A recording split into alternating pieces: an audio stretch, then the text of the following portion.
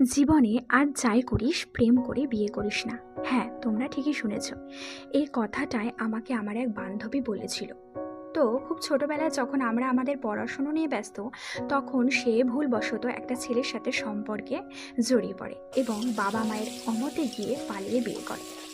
বেশ কিছুদিন তাদের সাংসারিক জীবন ভালো কাটানোর পর সে লক্ষ্য করতে থাকে তার ভালোবাসার মানুষটা কেমন যেন ক্রমশ চেঞ্জ হতে থাকে, এবং যে যে মানুষটাকে দেখে বিয়ে করেছিল সে মানুষটা, এই মানুষটা সম্পূর্ণ অন্য একটা মানুষ।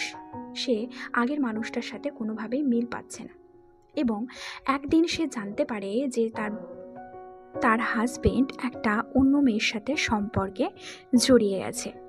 সে এই কথাটা শুনে নিজেকে সামলাতে পারেনি এবং সে সিদ্ধান্ত নিয়েছিল সে তার জীবন সম্পূর্ণভাবে শেষ করে দেবে।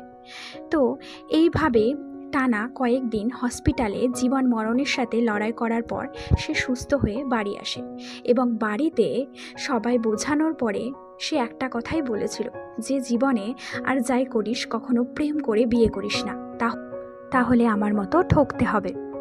আসলে আমরা একটা মানুষকে কখনোই সম্পূর্ণভাবে চিনতে পারি না। তাই 50-60 বছর সংসার করার পরেও আমরা একটা মানুষকে কতটুকুই বা চিনতে পারি।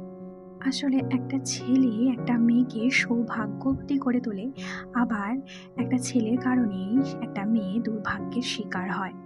তাই উল্টো দিকের মানুষটা তোমাকে রানী করে রাখবে না দাসী করে রাখবে, সেটা সম্পূর্ণভাবে সেই মানুষটার মানসিকতা এবং পারিবারিক শিক্ষা দীক্ষার ওপর নির্ভর করে।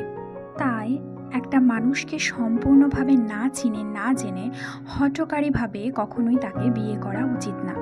তাহলে অ্যারেঞ্জ ম্যারেজ বা লাভ ম্যারেজ দুটোই কিন্তু স্ক্যারি হয়ে দাঁড়াবে, দুটোই কিন্তু ভয়ঙ্কর হয়ে দাঁড়াবে। তো